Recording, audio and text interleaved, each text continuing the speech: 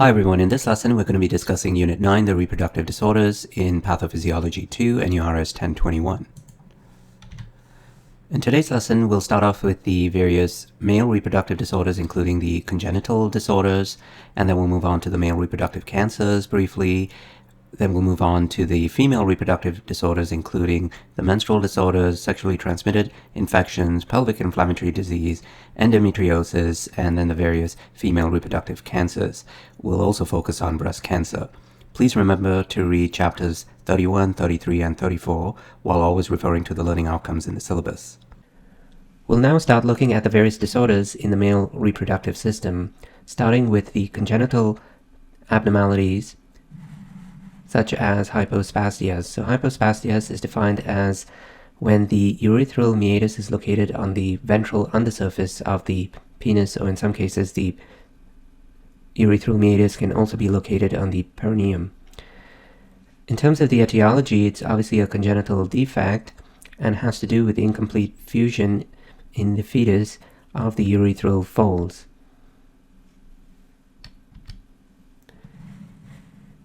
Here's a couple of photos of hypospadias whereby you can see the urethral meatus located on the ventral surface or the underside of the penis. So all these are congenital defects. And in cases like this, where it's very close to its normal anatomical position, a surgical correction might not be required, but where if it is located on the perineum itself, then obviously surgical correction will be required. On the other hand, epispadias is where the urethral meatus opening is on the dorsal aspect of the penis. It is much less common than hypospadias, but it's more disabling. So here we can see the differences between epispadias and hypospadias. Remember, hypospadias is more common, whereby the urethral meatus opening is on the ventral or underside of the penis, or in this case even the perineum, whereas epispadias is on the dorsal surface of the penis. The next congenital disorder that we'll look at is cryptorchidism, whereby the testes has incompletely descended from the abdominal cavity. In other words, the testes are located in an ectopic position. Here are the potential ectopic locations of the testes. The testes have to descend from the abdominal cavity through the inguinal canal down into the scrotum. In cryptorchidism, that doesn't occur, and the main issue with cryptorchidism, the complication, is that there is an increased risk in terms of the development of testicular cancer. We'll switch gears and now look at the various acquired disorders in the male reproductive system, starting with priapism. Priapism is the painful persistent erection of the penis. In other words, the corpus cavernosa becomes congested with blood, but the blood doesn't drain properly.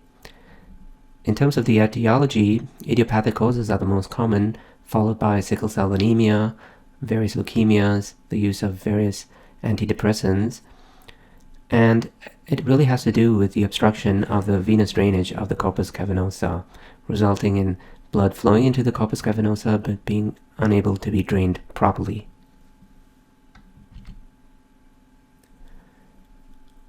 What about hydrocele?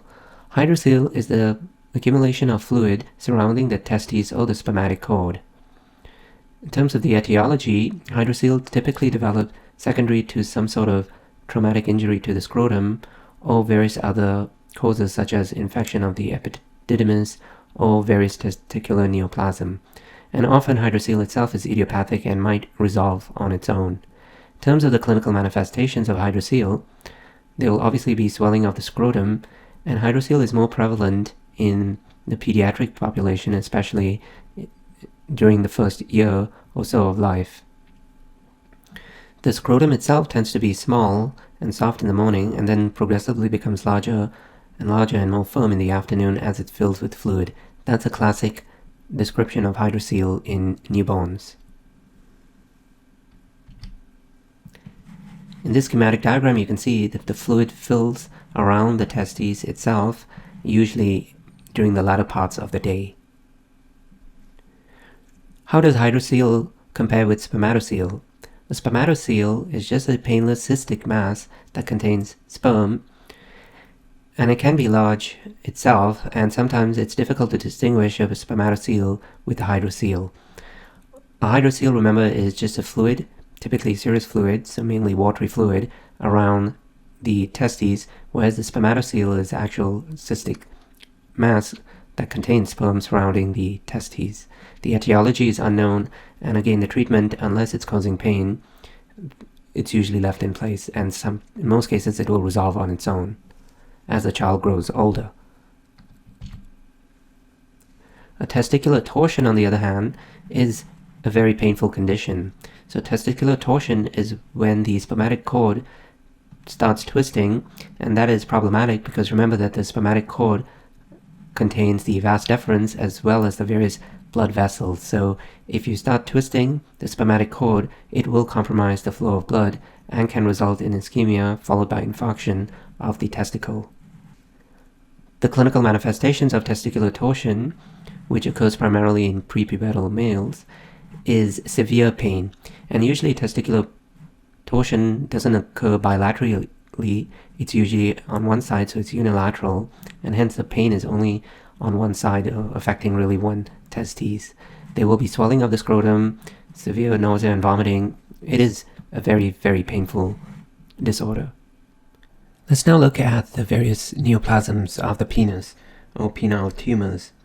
Penile tumors are rather rare, accounting for less than 1% of cancer in males in the United States, and most commonly occurs in the 6th decade of life. In terms of the benign penile tumors, they include various cysts, hemangiomas, nevises, and papillomas. The malignant penile tumors, on the other hand, so the neoplasms of the penis, the malignant ones, the risk factors for the development of these malignant penile tumors include chronic inflammatory disease, sexually transmitted infections, and phimosis, but the most common and important risk factor actually is an uncircumcised penis. So if the male is circumcised, then there's an extremely low risk of developing malignant penile tumors. On the other hand, if the male is uncircumcised, then that's a risk factor for the development of malignant penile tumors. More than 95% of the malignant penile tumors are squamous cell carcinoma in origin. The other 5% or so of the malignant penile tumors include basal cell carcinomas, melanomas, Paget's disease of the penis, which is really extremely rare.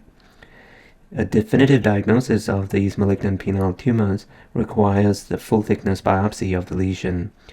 And in terms of the complications of these malignant penile tumors, they may definitely spread via the lymphatic system, either superficially or through the deep inguinal nodes, and then from there to the iliac nodes, and then finally through hematogenous spread through the rest of the body. The clinical manifestations of these malignant neoplasms of the penis include unexplained urethral discharge, pain or bleeding from the penis, as well as mentioned painless inguinal adenopathy, which it might indicate metastasis through the lymphatic system. The neoplasms of the testes is actually a little bit more common than neoplasms of the penis itself, but it's still rare in terms of the cancers that develop in males. It peaks, unlike the neoplasms of the penis, which peaks in the 6th decade of life. The neoplasms of the testes peaks in late adolescence to early adulthood. It is important to note that the most common risk factor for the development of testicular tumors, especially of the malignant variants, is cryptorchidism. In fact, cryptorchidism has an increased risk of 10 to 40 times. So that's a huge increase in the risk factor of developing these malignant testicular tumors. Nevertheless, at the same time, most males who do develop testicular tumors have no history of cryptorchidism. In terms of the histology, most of these neoplasms of the testes derive from the Liddle cells or other stromal tissues. And in terms of the clinical manifestations, there is a painless testicular enlargement, and it's only painful if the intratesticular hemorrhage occurs or there's infarction. Other clinical manifestations include a dull, heavy ache in the lower abdomen, or the anal area or the scrotum. They might be associated hydrocele or fluid around the testes in 10% of patients with testicular tumors. They might be coincidental trauma as well. And in terms of the complications, infertility might present, although it is rarely the presenting complaint. And there might also be other complications such as gynecomastia, which is due to the secondary effects of various secretions of the tumor, as well as supraclavicular and inguinal lymphadenopathy. And lastly, an abdominal mass might also develop secondary to lymph node metastasis. At this stage, we're going to switch gears and look at the various disorders of the prostate, starting with benign prostatic hyperplasia, or BPH. Please remember that it's sometimes also referred to as benign prostatic hypertrophy, but BPH is really the abbreviation for benign prostatic hyperplasia. BPH is very common in males, especially as you grow older. In fact, if you live long enough, every single male will develop benign prostatic hyperplasia. It is seen in 80% of males who are greater than 60 years of age. And the other key fact is that BPH and prostatic cancer are not related. In terms of the etiology of BPH, it's really unknown, but various theories associated with the aging male hormonal system.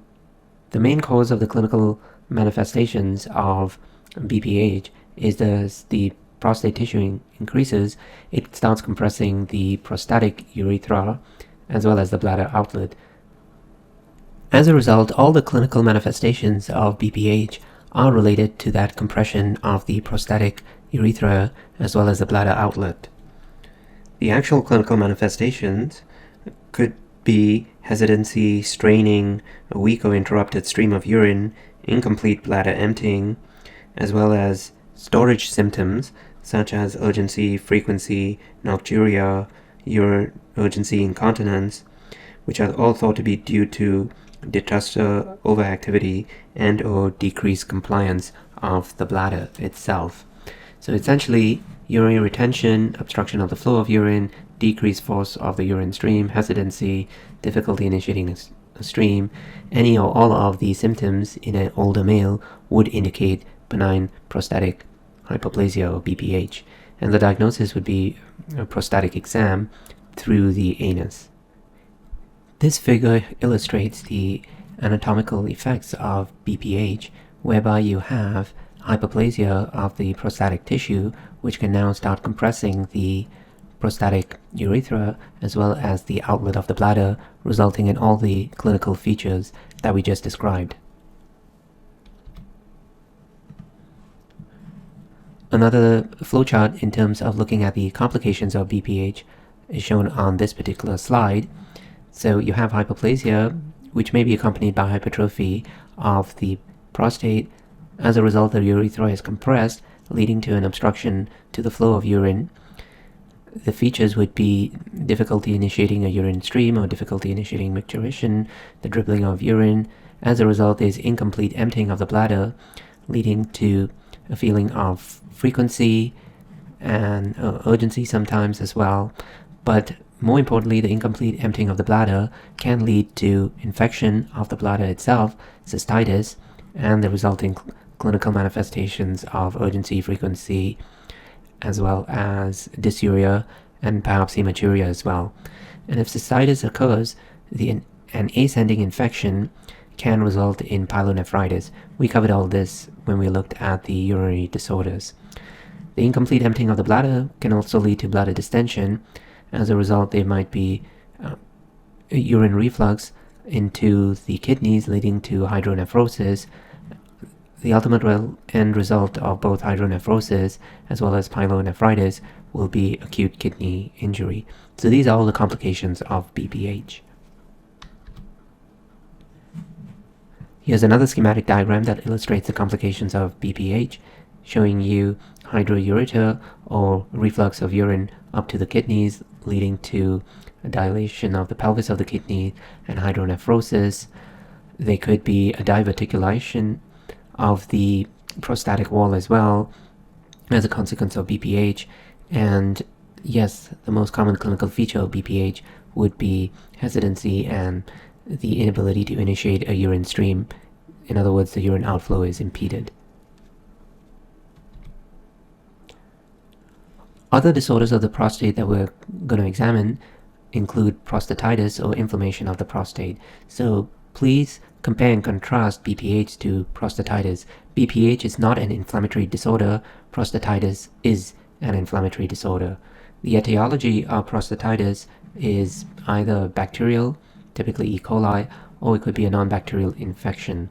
The roots of the infection include an ascending infection from the urethral meatus, in other words from the outside, typically the normal flora found on the perianal region, entering now into the normally sterile urethra and then ascending to the bladder as well as the prostate. That could also be due to reflux of urine or rectal invasion. It could be less commonly due to a hematogenous spread of the bacterial infection, or it could be iatrogenic in nature, such as the insertion of an indwelling Foley catheter. The clinical manifestations of prostatitis include naturally pain in the prostate or prostadinia, as well as fever, chills, lower back pain would be very common, and yes, typical symptoms of a urinary tract infection, such as urgency, frequency, dysuria, which all mimic the symptoms of cystitis, which may be a comorbid condition as well. In chronic prostatitis, there's usually voiding with pain in the perineum, as well as the pain being radiated to the back or the suprapubic area. This particular diagram illustrates the different routes of infection leading to prostatitis. An ascending infection is probably the most common route from the urethral meatus up the urethra through the prostate and even perhaps onwards to the bladder itself. That's one route. It could be a direct introduction of the bacteria from the rectum or a hematogenous route via the bloodstream, and finally a direct descending infection from the bladder to the prostate, leading to prostatitis. That's it for BPH, and now we'll move on to look at prostate cancer or prostatic carcinoma. In terms of the etiology of prostate cancer, it's not known, but there are known risk factors such as an increased incidence in persons of African descent, as well as a family history. So if you have a first-degree relative who has had prostate cancer, then your risk of developing prostate cancer is twice. If you have a first and second-degree relative with prostatic carcinoma, then your risk of developing prostatic carcinoma is 9 times the baseline level. What about the epidemiology? Prostatic carcinoma or prostate cancer is the most prevalent cancer in males. It's the third leading cause of male cancer deaths following lung and colon cancer. Age is also a risk factor for developing prostatic carcinoma, and hence, the risk of developing prostatic carcinoma at age 50 is approximately 50%. So half of all males at age 50 will have developed prostatic carcinoma. Hence, it is the most prevalent cancer in males. The lifetime risk of death from prostatic carcinoma or prostate cancer is 3%. So although it is the most prevalent cancer in males, it is not the leading cause of male cancer death. That would be lung and colon cancer, but it is the third leading cause of death from cancer in males. 75% of all cases of prostatic carcinoma or prostate cancer is diagnosed between the ages of 60 and 85, with the median age at diagnosis being 72. What about the anatomy of prostatic carcinoma? 60 to 70% of these malignant nodules arise in the peripheral zone of the prostate, 10 to 20% arise in the so-called transition zone, and 5 to 10% arise in the central zone. Let's move on to look at the staging of prostate cancer. So, prostatic carcinoma has varying degrees of aggressiveness depending upon the factors that we already looked at in Unit 1, the exact tumor suppressor genes that have been knocked out, or the activation of various proto-oncogenes, and so forth. So prostate cancer is graded according to the histology of the cells and is also staged using this criteria A, B, C, and D. So stage A is if the tumor is just microscopic and mainly encapsulated. Stage B is if the tumor is palpable on a rectal exam but hasn't metastasized from the prostate yet. Stage C is if it's extended beyond its capsule, and stage D if it has metastasized to distant organs. Lastly, let's look at the clinical manifestations of prostate cancer.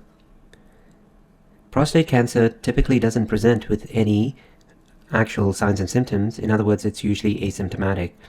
It is most commonly detected via actual lab tests such as an elevated PSA test, or it's an incidental finding on some other diagnostic investigation.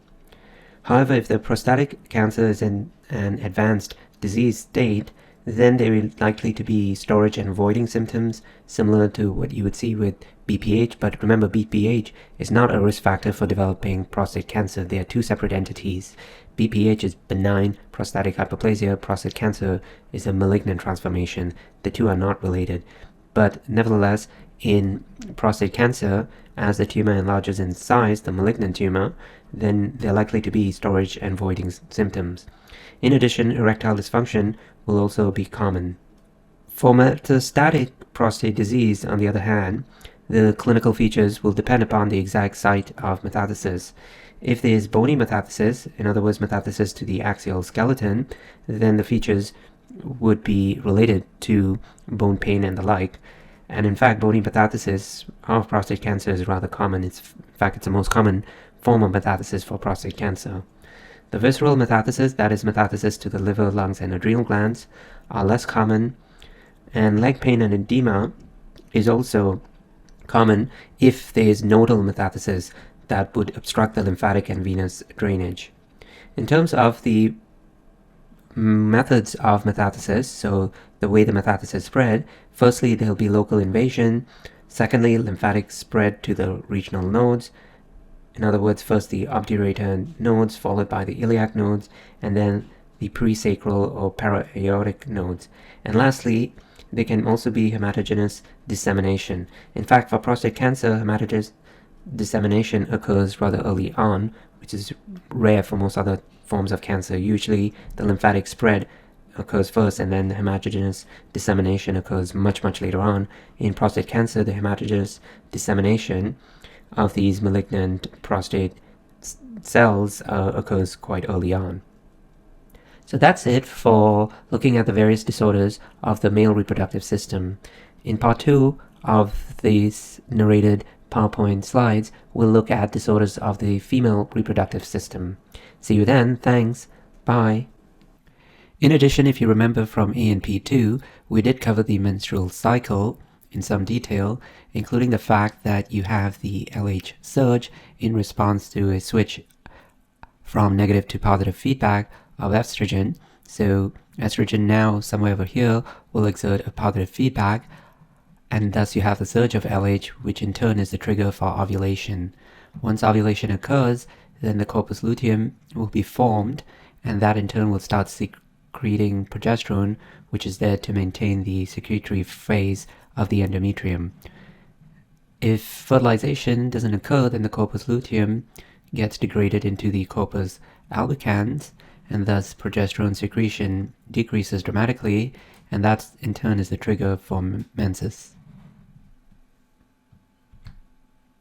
We'll now look at the various menstrual disorders, starting with amenorrhea. Amenorrhea is defined as the absence or suppression of menstruation once a woman is 16 years or older. Another definition would be if you miss 3 or more periods in succession, that would be amenorrhea. There are various causes of amenorrhea, which we'll be looking at on the next slides, but firstly we need to define primary and secondary amenorrhea. Primary amenorrhea is defined as no menses by age 14 in the absence of secondary sexual characteristics, or no menses by age 16 with secondary sexual characteristics. Secondary amenorrhea, on the other hand, is defined as no menses for greater than 6 months, or 3 cycles after documented menarche. It should be remembered also that secondary amenorrhea is pregnancy until proven otherwise. There are various causes of both primary and secondary amenorrhea. For primary amenorrhea, there are hypothalamic causes, pituitary causes, hypothyroidism, for example, adrenal causes, ovarian causes, as well as the lower female reproductive causes.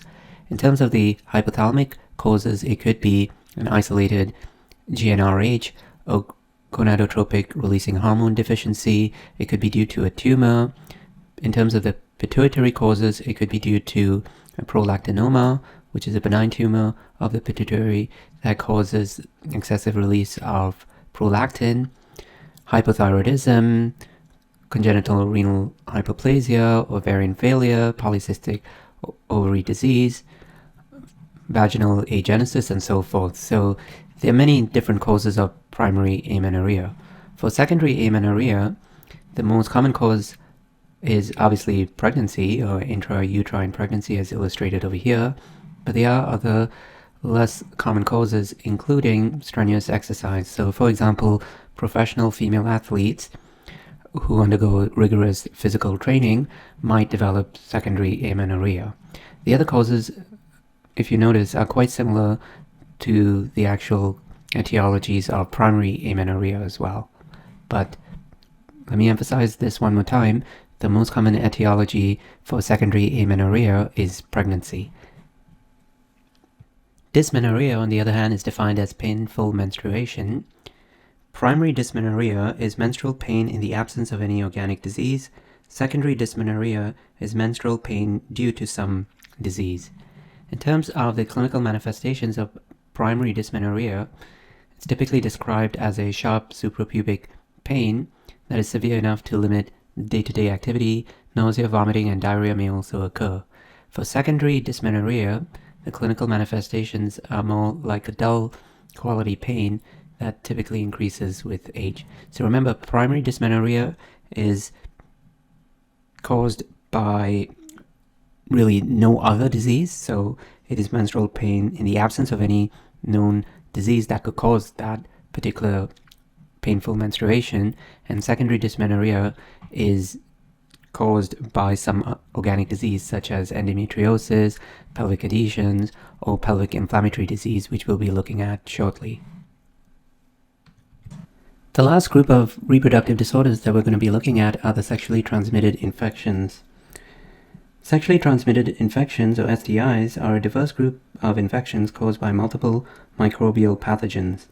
They are transmitted either by secretions or fluids from mucosal surfaces, hence they can be transmitted typically sexually, but also non-sexually, for example, from an infected mother to an infant during childbirth. In terms of the epidemiology, there are high incidence rates throughout the world, and in terms of the Canadian prevalence in clinical practice, the most common STI is chlamydia, followed by gonorrhea, the second most common, followed by HPV, human papillomaviral infection, then genital herpes. And in fact, there is an increased incidence of both chlamydia and gonorrheal infections. Less common sexually transmitted infections include hepatitis B, HIV, and syphilis, although HIV and syphilis are also increasing in incidence. Non-sexually transmitted genital tract infections include vulvovaginal candidiasis, that's a fungal infection, and bacterial vaginosis.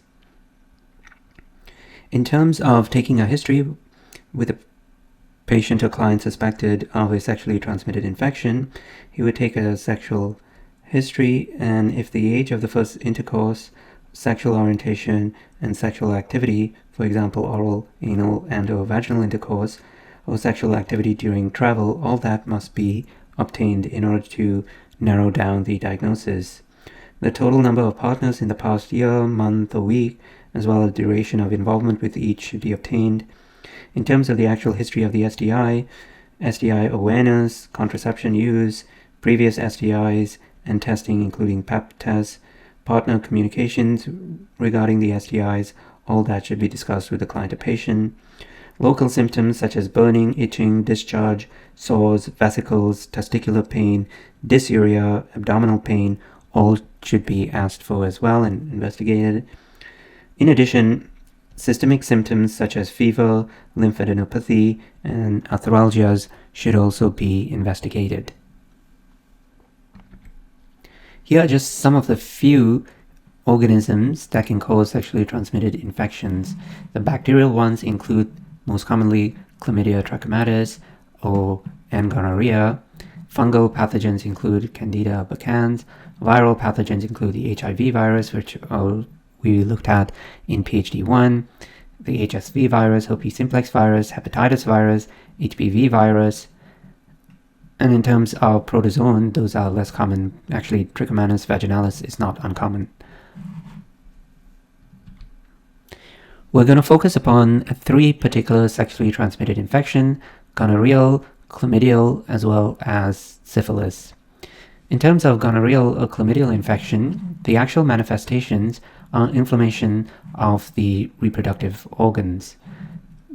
Thus, urethritis, cervicitis, sphalangitis, all could be inflamed, and all these, as we saw previously, can lead to pelvic inflammatory disease. Hence, the etiology of pelvic inflammatory disease, or PID for short, is a gonorrheal or chlamydial infection. In terms of the gonococcal infection, the statistics show that for females that are affected, the most common age group is 15 to 24 years, and for males, 20 to 24 years. The areas that are commonly affected by Neisseria gonorrhea are the cervix, the urethra, the Bartholin or skin glands, as well as the anus. The etiology is very straightforward. It is inflammation of the epithelial tissues by the gonorrhea bacteria, and transmission occurs via direct contact with infected mucous membranes. The pathogenesis is that the bacteria attaches to the columnar epithelia, produces an inflammatory response, and then there's direct extension of the infection to other reproductive structures, usually through the lymphatic system. Retrograde menstruation can also spread the bacteria bilaterally to the oviducts. In males, the gonorrhea bacteria can spread to the epididymis and then out onto the other structures via the vas deferens. Once the bacteria has spread, the localized infection can cause various cysts and abscesses. The resulting purulent exudate can start damaging the adjacent tissues, and once the fibrous tissues replaces the inflamed tissues, that in turn will cause scarring and narrowing or strictures of the urethra, the epididymis, or the oviducts or the fallopian tubes. In terms of the clinical manifestations of a gonococcal infection, in female, it is usually asymptomatic, and hence it can be a silent disease, but it doesn't mean that the inflammation is not occurring. It is continually occurring, and that in turn might lead to pelvic inflammatory disease, which itself might be asymptomatic, but the long-term sequelae for pelvic inflammatory disease is infertility. If there are actual clinical manifestations in the female, it's usually a mucopurulent endocervical discharge, vaginal bleeding, dysuria, or pelvic pain. For a male, on the other hand, the most common clinical manifestations include a urethral discharge, unexplained pyuria, burning, or irritation. But remember that for gonococcal infection in both males and more often in females, it is quite often asymptomatic and can involve rectal symptoms in the case of unprotected anal sex. The non-gonococcal infections, the etiology is infection by Chlamydia trachomatis, or in this case, really a non-gonococcal infection, covers all the other bacteria, but the most common bacteria besides gonorrhea is chlamydia. So you can either call it a chlamydial infection if it is actually diagnosed as chlamydia, so if there's an actual diagnosis of infection with chlamydia, or generally speaking, you can call it a non-gonococcal STI if it's really any other bacterial pathogen other than gonorrhea. In terms of the pathogenesis, it's very similar to a gonococcal infection. It acts on the columnar epithelia and then spreads via extension to the other reproductive structures, leading to pelvic inflammatory disease in the case of a silent infection in women. And as already mentioned, the long-term sequelae for pelvic inflammatory disease is infertility. In fact, it's the #1 cause of infertility in women. In addition, chlamydia infection can be transmitted during birth, and there's one particular complication causing blindness sometimes in newborns, because the chlamydial infection of the eyes of the newborn can occur. So that's chlamydial conjunctivitis, or even gonorrheal conjunctivitis. The clinical manifestations for a non-gonococcal infection or non-gonococcal urethritis or cervicitis is that it's quite similar to that of a gonococcal infection. As mentioned already, 70% are asymptomatic, and if the symptoms appear, it is usually 2 to 6 weeks after infection, and then they're similar to a gonococcal infection. They are similar to the gonococcal symptoms. So please just refer back to an earlier slide. But just to refresh your memory, for a female, it could be mucopurulent endocervical discharge, vaginal bleeding, dysuria, pelvic pain. For a male, urethral discharge, unexplained pyuria, burning, or irritation during voiding. The etiology of syphilis is infection with the Treponema pallidum spirochete. Syphilis is classified into several stages: primary, secondary, latent, tertiary, and congenital syphilis. Syphilis is really a systemic infection of the vascular system, and if you realize that, it will explain quite a few of the clinical manifestations that we'll be examining. Once the T. pallidum pathogen enters into the vascular system, the inflammatory response in the tissue causes the activation of the immune system and then infiltration of plasma cells. The terminal arterioles become dysfunctional or even obliterated, and the long-term inflammation of the vascular tissue leads to fibrosis followed by necrosis. Now we'll look at the 5 stages in detail. Primary syphilis occurs 3 to 4 weeks after exposure. The initial manifestation is a painless canker on the vulva, the vagina, the cervix, or the penis. There is usually a painless inguinal lymphadenopathy, and the serological tests are usually negative. In other words, it's usually a local infection only. For secondary syphilis, which can resolve spontaneously, that occurs usually 2 to 6 months after the initial infection. The non-specific symptoms include malaise, anorexia, a headache, and diffuse lymphadenopathy. And then a generalized maculopapular rash develops on the palms, the soles, the trunk, and the limbs. A condylomata lata, as it's known as, can develop. That's a lesion, a skin lesion, that looks like a cauliflower, can develop in the anogenital region, and it's really a broad-based, fleshy, gray, cauliflower-looking lesion. At this stage, during secondary syphilis, the serological tests are usually positive. So here's the typical generalized maculopapular rash that occurs on the trunk in this case. The next stage is the latent syphilis. There are no clinical manifestation, and it's only detected by serology. So in this case, the spirochete goes really into hiding. It becomes latent and hides somewhere in the body.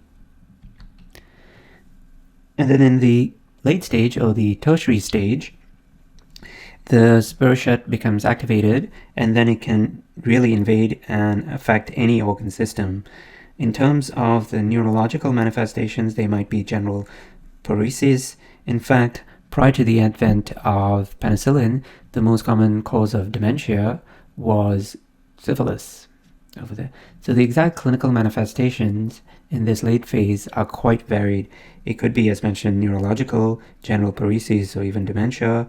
In terms of the cardiovascular system, an aortic aneurysm could develop, the aortic root could get dilated, and so forth. So in actual fact, any aspect of the cardiovascular or central nervous system is at risk for damage. As mentioned, the spirochete affects the small arterioles, and really syphilis is a disease of the vascular system. Hence, it's no surprise that the cardiovascular and central nervous system are at risk. We'll move along to look at the herpes virus infection. We already looked at this in the context of the integumentary disorders. If you remember back then, in terms of the etiology for the herpes simplex viral infection, HSV1 causes cold sores or cankers near the boundary of the lips and the gums. So it's really associated with infection above the waist. And yes, like in all cases, it is a sexually transmitted infection, but it can affect children less than 5 years of age because it can be spread through infected mucal secretions. HSV2, on the other hand, is referred to as genital herpes, and the lesions are below the waist. It mostly affects the genital, anal, or perianal regions, but it can result in oral lesions after sexual transmission. In fact, 1 out of every 5 adults in the United States are infected with the HSV virus, despite the fact that most of them are asymptomatic. So both types of HSV viral infections produce a self-limiting initial infection, and then there are recurring bouts of reactivation of the virus. So the triggers of recurrence could be another infectious disease, emotional stress, or immunosuppression by drugs. The clinical manifestations in females for HSV infection include the development of fluid-filled vesicles 3 to 7 days after the incubation period on the cervix, the labia, the perineum, the vulva, the vagina, really any of the lower reproductive organs or the external genitalia. In men, the lesions typically occur on the glans penis or the foreskin or even the shaft of the penis. Usually these lesions are painless, but then they might rupture and develop into a shallow, painful ulcer. So that's very distinct from the initial canker of primary syphilis. So the initial primary syphilitic canker is usually painless, despite the fact that the lesion itself might be very large. For an HSV infection, that might now disseminate through the lymphatic system, first through the inguinal nodes and then through the other nodes of the lymphatic system, and create lesions in other areas of the body.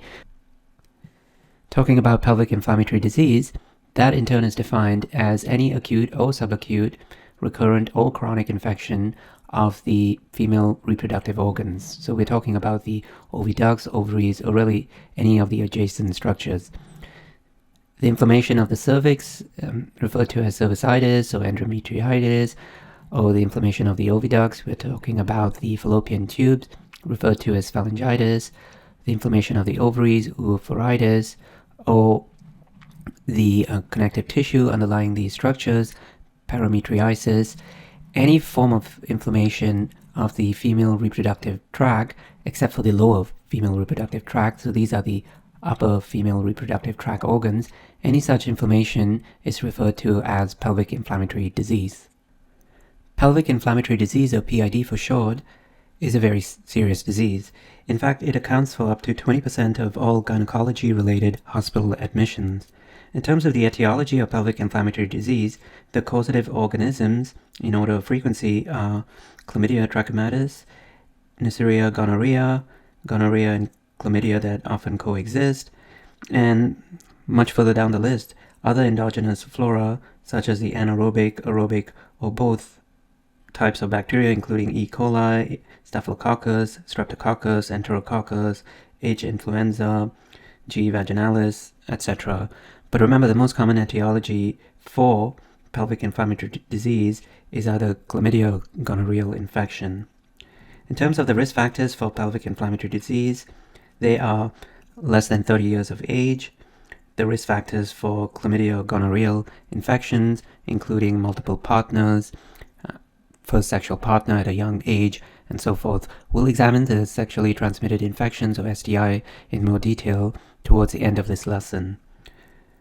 Other risk factors for pelvic inflammatory disease include vaginal douching, the presence of an intrauterine device. Typically, pelvic inflammatory disease may occur within the first 10 days after insertion of the IUD. Other invasive gynecological procedures such as DNC or endometrial biopsy are also risk factors for the development of pelvic inflammatory disease. In terms of the pathogenesis of pelvic inflammatory disease, it is typically caused by an ascending infection from the lower reproductive tract. So here we have over here showing you how the bacteria or the causative organism, typically gonorrhea or C. trachomatis, how it ascends firstly into the uterus and then all the way down the fallopian tubes, and then it can also spread into the ovaries itself. So it's typically an ascending infection. The clinical manifestations of pelvic inflammatory disease will vary depending upon the exact location of the site of the inflammation. For example, if the cervix or the ovaries are inflamed, the clinical manifestation might differ. But the more common clinical manifestations of pelvic inflammatory disease include a fever of 38.3 degrees Celsius, lower abdominal pain and tenderness, abnormal discharge, either from the cervix or the vagina. Less common clinical manifestations include nausea and vomiting, dysuria, abnormal uterine bleeding. For an actual diagnosis of pelvic inflammatory disease, there must be lower abdominal pain, plus one of either cervical motion tenderness or adnexal tenderness, plus one or more of either a high-risk partner, in other words, a partner who has been infected either with gonorrhea or chlamydia, a temperature or fever of greater than 38 degrees Celsius, mucopurulent cervical discharge, a positive culture for N-gonorrhea, C. trachomatis, E. coli, or other vaginal flora, leukocytosis, and elevated ESR or C-reactive protein, although that's not very commonly used. So please remember that pelvic inflammatory disease is the inflammation of the reproductive organs from the uterus onwards. So we're not talking about the lower reproductive structures, we're talking about inflammation of the higher reproductive structures, the cervix, the fallopian tubes, the ovaries, and the associated structures. That's really what is referred to as adnexal. Adnexal simply means adjoining structures, so anything adjoining the cervix, such as the fallopian tubes, the ligaments, and so forth, are referred to as the adnexa. So there should be cervical or adnexal pain or tenderness upon motion. That would be one of the classical clinical manifestations of pelvic inflammatory disease. The reason why pelvic inflammatory disease is so devastating is that it causes infertility in a significant number of patients with that particular disease. That's the long-term sequelae for pelvic inflammatory disease. And the other issue is that pelvic inflammatory disease, despite the fact that we've just been looking at all these clinical manifestations, in fact, for pelvic inflammatory disease, up to 2/3 of patients may actually be asymptomatic or may only display subtle or mild symptoms. In other words, the patient doesn't even know that they have pelvic inflammatory disease, and if left untreated, can cause infertility, which is the main complication. We're now going to switch gears and look at both benign and malignant tumors of the female reproductive tract, starting with uterine leiomyomas. Uterine leiomyomas are uterine fibroids and in fact are the most common uterine tumor. These particular benign tumors are diagnosed in approximately 40 to 50% of premenopausal women who are greater than 35 years of age. They are more common, larger, and occur at earlier age in black women. And in fact, it's the most common indication for major surgery in females. There is a minimal malignant potential of these uterine leiomyomas. In fact, only 1 out of 1,000 of these leiomyomas will actually develop into a malignant tumor. Uterine leiomyomas typically regress after menopause, and enlarging fibroids in a postmenopausal woman should actually prompt consideration for malignant transformation. So uterine leiomyomas are benign smooth muscle tumors of the uterus and are in fact the most common gynecological tumor. In terms of the pathogenesis of the development of these uterine leiomyomas, it's typically thought that estrogen stimulates the monoclonal smooth muscle proliferation, and then progesterone stimulates the production of proteins that inhibit apoptosis. Degenerative changes now occur when the tumor outgrows the blood supply, leading to hyaline degeneration, which is the most common degenerative change, cystic degeneration from the breakdown of these hyaline, as well as red and carcinous degeneration leading to hemorrhage. In other words, you have degeneration of the smooth muscle tissue as well as proliferation at the same time. So smooth muscle proliferation, and let me just clarify, degeneration of the other structures such as the cystic or hyaline degeneration leading to smooth muscle proliferation or excessive growth of the smooth muscle. The end result is the formation of a leiomyoma. So it's not really very different from the formation of most other benign tumors. We have excessive cell growth, in this case excessive growth of the smooth muscle of the uterus, with a few other complications such as hyaline or cystic degeneration, fatty degeneration, calcification, and so forth. In terms of the clinical manifestations of these uterine leiomyomas, it starts off with the fact that the majority of them are asymptomatic, so 60% of patients with uterine leiomyomas do not display any signs and symptoms. These benign tumors are often discovered as incidental findings on pelvic exams or on ultrasound exams. In the remaining patients who are symptomatic, they may be abnormal uterine bleeding in up to 30%, resulting in dysmenorrhea or menorrhagia, which is excessive menstrual bleeding. There is a pressure or bulk symptoms in 20 to 50% of those who do display clinical features, such as pelvic pressure or heaviness, increased abdominal girth if the tumor is very large, urinary frequency and urgency if the tumor is pressing down on the bladder, acute urinary retention, which is extremely rare but warrants surgical correction immediately if the tumor is actually compressing the outlet of the bladder. And as we know, urinary stasis can lead to many complications, including inflammation of the kidneys themselves through an ascending infection. There might also be acute pelvic pain due to fibroid degeneration, as well as fibroid torsion, or the actual twisting of the tumor itself, or how the tumor is suspended, the twisting of the ligaments or the connective tissue that holds the tumor. That can lead to fibroid torsion and therefore acute pelvic pain. Infertility, as well as recurrent pregnancy loss, might be another clinical feature of these uterine leiomyomas. And lastly, during pregnancy, if these uterine leiomyomas are present, there might be complications such as the potential enlargement and increased pain of the uterus, obstructed labor, and a difficult C-section if necessary. So remember that these uterine leiomyomas is just proliferation of the smooth muscle of the uterus. So we're referring to the proliferation not of the endometrium, but of the myometrium, the smooth muscle of the uterus.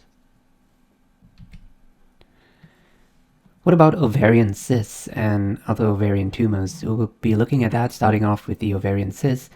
In terms of the etiology, that's really unknown. And just firstly, I guess we should define what an ovarian cyst is. It's simply a sac on the ovary that either contains fluid or some other semi-solid material. There are several locations for these ovarian cysts, including a follicular cyst, or a cyst made up from the corpus luteum, or a theca lutein. In terms of a follicular cyst, that's when a maturing ovarian follicle fails to release an ovum and instead continues to enlarge, produce estrogen, and thereby form a follicular cyst. For a cyst that develops from the corpus luteum, that occurs when the corpus luteum fails to degenerate normally. It continues to grow, and the cyst now starts producing progesterone, which is the normal function of the corpus luteum. A theca lutein is when a cyst is filled with clear straw-colored fluid and is associated with a pregnancy, a aborted pregnancy really, referred to as a hyatidiform mole or a choriocarcinoma, so another type of tumor. That's a theca lutein cyst.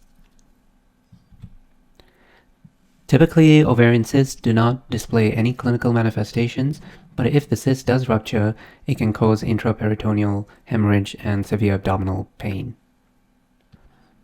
Let's examine endometriosis now. Endometriosis is defined as the presence of endometrial tissues, and that could be the glands and the stroma, that are located outside of the uterine cavity. In terms of the etiology of endometriosis, well, that's not fully understood, but the proposed mechanisms, and some such combination is almost certainly likely, is that there's retrograde menstruation. In other words, there's seeding of the endometrial cells by the transtubal regurgitation during menstruation. So normal menstruation is when the endometrium starts slogging and the resulting discharge gets transferred into the vagina and then out through the vaginal orifice as menses. On the other hand, if you have retrograde menstruation, now the endometrial tissues, at least some of the tissue is still viable, will be transported into the fallopian tube and then through the fimbriae out into the uterine cavity. So that's one possible etiology of endometriosis, because we have to account for the fact that the endometrial tissue is now located outside of the uterus. That's the definition of endometriosis, the ectopic location of the endometrial tissue. So how that can occur is either through retrograde menstruation, or there's another theory in terms of metaplasia of the epithelial lining of the pelvic cavity. So in other words, the normal epithelial lining of the pelvic cavity suddenly undergoes metaplasia for whatever reason and converts into endometrial tissue, and that would account for the presence or ectopic location of the endometrial tissue outside of the uterine cavity. In terms of the epidemiology of endometriosis, approximately 15 to 30% of premenopausal women will develop endometriosis. In other words, it's very common. The mean age at presentation is 25 to 30 years of age, and endometriosis typically regresses after menopause. The risk factors for endometriosis includes a family history. There's a 7 to 10-fold increased risk if a first-degree relative is affected as well. Other risk factors include obstructive anomalies of the genital tract, which typically causes an early onset of endometriosis, null parity, or if a woman hasn't had any children, in other words, that's a risk factor for endometriosis, and an age of greater than 25 years. The most common sites of occurrence of these ectopic endometrial tissues include the ovaries. Over 60% of patients have ovarian involvement. Other sites include the broad ligament, the peritoneal surface of the cul-de-sac, the uterosacral ligaments, the rectosigmoid colon, the appendix, and rarely endometriosis may occur in sites outside of the abdominal or pelvic cavity, including the lungs. This particular site shows you the locations of, or potential locations of, the ectopic endometrial tissues. Remember, in terms of the etiology, two theories are either retrograde menstruation going through the fallopian tubes and then out into the uterine cavity, or metaplasia of the normal epithelium of, for example, the colon or the other sites, including the ovaries. The problem with endometriosis is that the ectopic endometrial tissue, since it behaves as normal endometrial tissue, undergoes the typical cyclic changes in response to changing levels of estrogen and progesterone. In other words, the ectopic tissue can periodically rupture and bleed in response to these reproductive hormones. And once the ectopic endometrial tissue undergoes a typical response during the menstrual cycle, the slogging and bleeding of these cells can cause irritative changes to the peritoneum, and that's one theory about why there's so much pain associated sometimes with endometriosis. The repeated irritation from the bleeding of these ectopic endometrial tissues can now lead to the formation of dense tissue adhesions, which in turn can cause other complications. In terms of the clinical manifestations of endometriosis, many patients are asymptomatic, but if they do display symptoms, it could be such as the menstrual symptoms, typically as cyclic symptoms due to growth and bleeding of the ectopic endometrium, which usually precedes menses by 2 to 4 days and continue throughout and after the flow. There is secondary dysmenorrhea. Remember that dysmenorrhea is painful menstruation caused by another disease, in this case the ectopic endometrial tissue. There might be sacral backache with menses. The pain may eventually become chronic and worsens perimenstrually. There might be premenstrual and postmenstrual spotting and deep dyspareunia or painful intercourse. The long-term sequelae for endometriosis includes infertility. 30 to 40% of patients with endometriosis will become infertile. 15 to 30% of those who are infertile, in fact, do have endometriosis. There might also be bowel and bladder symptoms such as frequency, dysuria, hematuria, or diarrhea, constipation, hematostasia, or dysphagia. Right. Other clinical features of endometriosis include tender nodularity of the uterine ligaments and the cul-de-sac felt on a rectovaginal exam, fixed retroversion of the uterus, firm fixed adnexal mass. So if the ectopic endometrial tissue becomes rather large, now you can actually palpate that. And other physical findings not present in a normal adolescent population. So the key features are dysmenorrhea, pain in the lower abdominal region, dyspareunia, pain with defecation, and dysmenorrhea, again, due to the excessive menstrual bleeding. We'll now look at cervical cancer. The majority of malignant cervical lesions are squamous cell carcinomas, accounting for 95% of all cervical cancers. There are 8,000 deaths annually in North America from cervical cancer. An annual Pap test, on the other hand, will reduce a woman's chance of dying from cervical cancer from 0.4% to 0.05% because a Pap smear looks for abnormal cervical cells that have undergone metaplasia in the early stages or even anaplasia in the later stages. And the average age of presentation for cervical cancer is 52 years old. In terms of the etiology, what happens, like in terms of most other cancers, a dysplasia occurs first, followed by the formation of a carcinoma, typically a carcinoma in situ, referred to as a CIS, and then you have local invasion. This is really a slow process, taking on average 10 years from the initial dysplasia all the way down to the malignant transformation of the cells and invasion. The growth of the cervical malignant tumor is by local extension, and on the other hand, metastasis occurs rather late in the stage of the development of cervical cancer. In terms of the actual etiology of the development of cervical cancer, the number one risk factor, or etiologic factor, is the HPV infection of the human papillomavirus infection. A high risk of neoplasia is associated with type 16 and 18 of the HPV virus. There's a low risk of neoplasia associated with types 6 and 11 of the HPV virus. Greater than 99% of all cervical cancers contain one of the high-risk HPV types. Thus, in other words, HPV type 16 or 18 are really the etiologic factors for the development of cervical cancer. Other risk factors include high-risk behaviors, which are really risk factors for the HPV type 16 and 18 infection. So when we talk about the risk factors such as multiple partners, other STIs, the early age for first intercourse, and being with a high-risk male partner, all those are really risk factors for the infection with HPV type 16 or 18 virus. Smoking, on the other hand, is an independent risk factor for the development of really all types of cancers.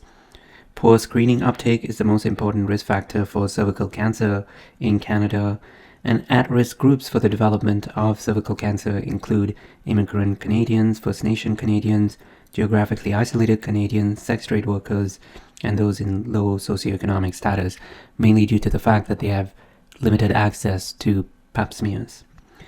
In terms of prevention, the HPV vaccine is now the most important method to stop the spread and development of cervical cancer.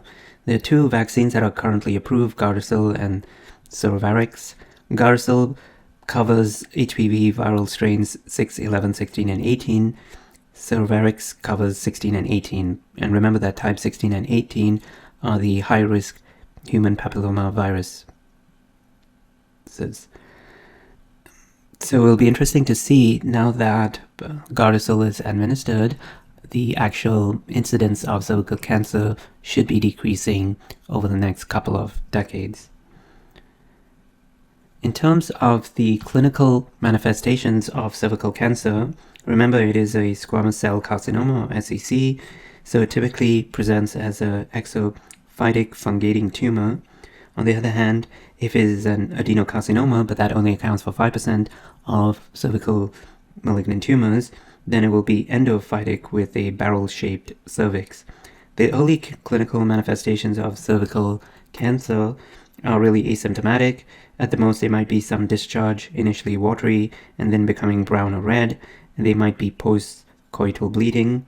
The late clinical manifestations that are present in 80 to 90% of patients are bleeding, either post-coital or postmenopausal, or they might be irregular bleeding. They could also be pelvic or back pain due to the extension of the tumor to the pelvic walls. There might also be other bladder or bowel symptoms. In terms of the signs of cervical cancer, there might be a friable, raised, reddened, or ulcerated area visible on the cervix. Let's compare cervical cancer to endometrial cancer. Endometrial cancer, or endometrial carcinoma, is actually the most common gynecological malignancy in North America, and is the fourth most common cancer in women. 2 to 3% of all women will develop endometrial carcinoma during their lifetime. The median age of presentation is 60 years, and the majority are diagnosed in an early stage due to the early detection of the symptoms. 85 to 90% of patients have a 5-year survival rate for stage 1 disease, and 70 to 80% have an overall 5-year survival, irrespective of the stage at which they are diagnosed at. In terms of the incidence of malignant gynecological lesions in North America, it is, as just mentioned, endometrial carcinoma, followed by ovarian carcinoma, followed by cervical carcinoma, followed by vulva, vagina, and fallopian tube cancers.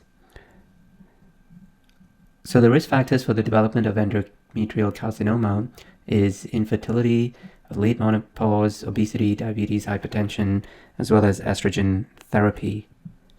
Other risk factors for endometrial carcinoma include polycystic ovarian syndrome, or PCOS, as well as null parity.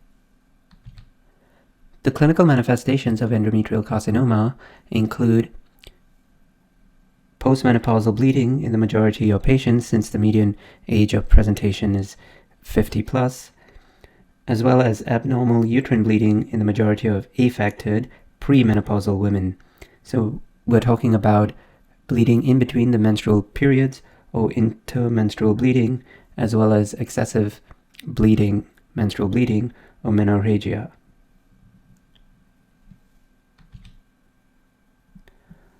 Ovarian cancers, on the other hand, are divided into two categories: the benign ovarian tumors, the majority of which are asymptomatic and usually enlarge slowly, if at all, and may rupture or undergo torsion, and the malignant ovarian tumors, which we'll be examining right now. In terms of the epidemiology of ovarian cancer, the lifetime risk of a woman developing ovarian cancer is 1.4%, or 1 out of every 70. In women greater than 50 years of age, more than 50% of ovarian tumors are actually malignant. Ovarian cancer causes more deaths in North America than all other gynecological malignancies combined. It is, in fact, the fourth leading cause of cancer death in women. 65% of ovarian cancers are of epithelial origin, and 35% have a non-epithelial origin. 5 to 10% of ovarian cancer cases that are of epithelial origin are related to hereditary predisposition. The risk factors for epithelial ovarian cancers include excess estrogen, which is really a result of null parity or a woman not having given birth to any children, as well as early menarche and late menopause. In other words, more menstrual cycles during the reproductive lifespan of the woman. Age is obviously a risk factor, as it is for most cancers. A family history of breast, colon, endometrial, or ovarian cancer is a risk factor for the development of ovarian cancer. In terms of race, the Caucasian race is more prone to the development of ovarian cancer compared to the other races. In terms of the protective factors for epithelial ovarian cancers as opposed to the risk factors, the protective factors include the use of the oral contraceptive pill, likely due to ovulation suppression, and in fact there is a significant reduction in risk even after just 1 year of use of the oral contraceptive pill. Other protective factors include pregnancy and breastfeeding, tubal ligation, hysterectomy even without removal of the ovaries, and the lack of BRCA, which is a tumor suppressor gene mutation. BRCA or BRCA1 and 2 mutations lead to an increased risk for the development of both breast, ovarian, as well as uterine tumors. What about the clinical manifestations of ovarian cancer? Most women with epithelial ovarian cancer present with an advanced stage of disease, since often they are asymptomatic until the disease has disseminated or metastasized.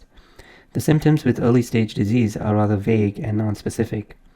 When present, the clinical manifestations of ovarian cancer may include abdominal symptoms such as nausea, bloating, dyspepsia, indigestion, anorexia, and early satiety.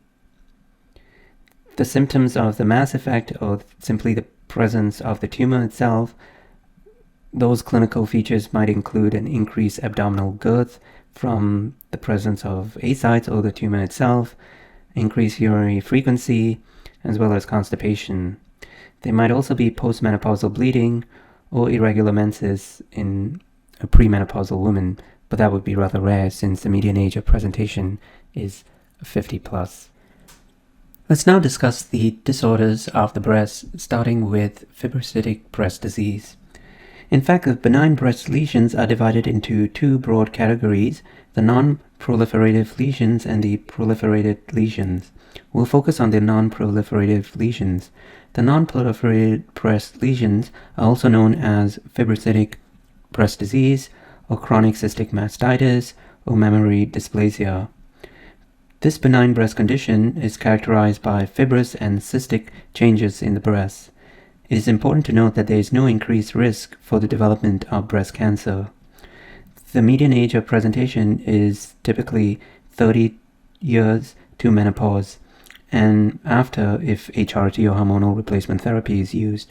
In terms of the clinical features of fibrocytic breast disease, they might be breast pain, focal areas of nodularity or cysts, often in the upper outer quadrant, frequently bilateral. The mass itself is usually mobile and varies with the menstrual cycle, and if there is any nipple discharge, it is straw-like, brown or green. In terms of the treatment, there has to be the evaluation of the breast mass itself, perhaps a biopsy, and reassurance. If the woman is greater than 40 years of age, then a mammography every 3 years is warranted, and there's no strong evidence for the avoidance of xanthine-containing products like coffee, tea, chocolate, or cola. If there is pain, analgesia might be prescribed, such as ibuprofen or ASA, and for severe symptoms, other drugs might be prescribed. So the bottom line is that for fibrocytic breast disease, the clinical features are that there is tenderness or pain in one or both breasts, usually just prior to the menstrual cycle. The mass itself is firm, regular in shape, and mobile, located in the upper outer quadrant, very important, and the size may fluctuate throughout the menstrual cycle. On the other hand, breast cancer, in terms of the epidemiology, is the second leading cause of cancer mortality in women. Remember that the leading cause of cancer death is lung cancer both in men and women. 1 out of every 9 women in Canada will be diagnosed with breast cancer in their lifetime. 1 out of every 27 women in Canada will die from breast cancer. What are the risk factors for the development of breast cancer? Gender: 99% of all cases of breast cancer occur in females, but it is true that a small, very small minority of breast cancer cases do occur in males. The median age of presentation is greater than 40 years, so 80% of all breast cancer patients are more than 40 years of age.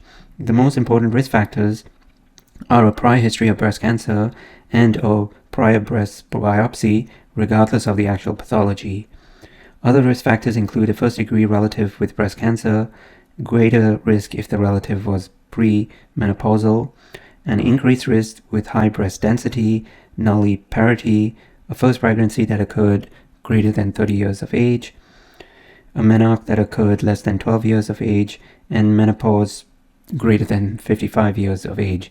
All that are probably related to the fact that there are more menstrual cycles as a result if pregnancy was delayed or menarche occurred early or menopause was also delayed.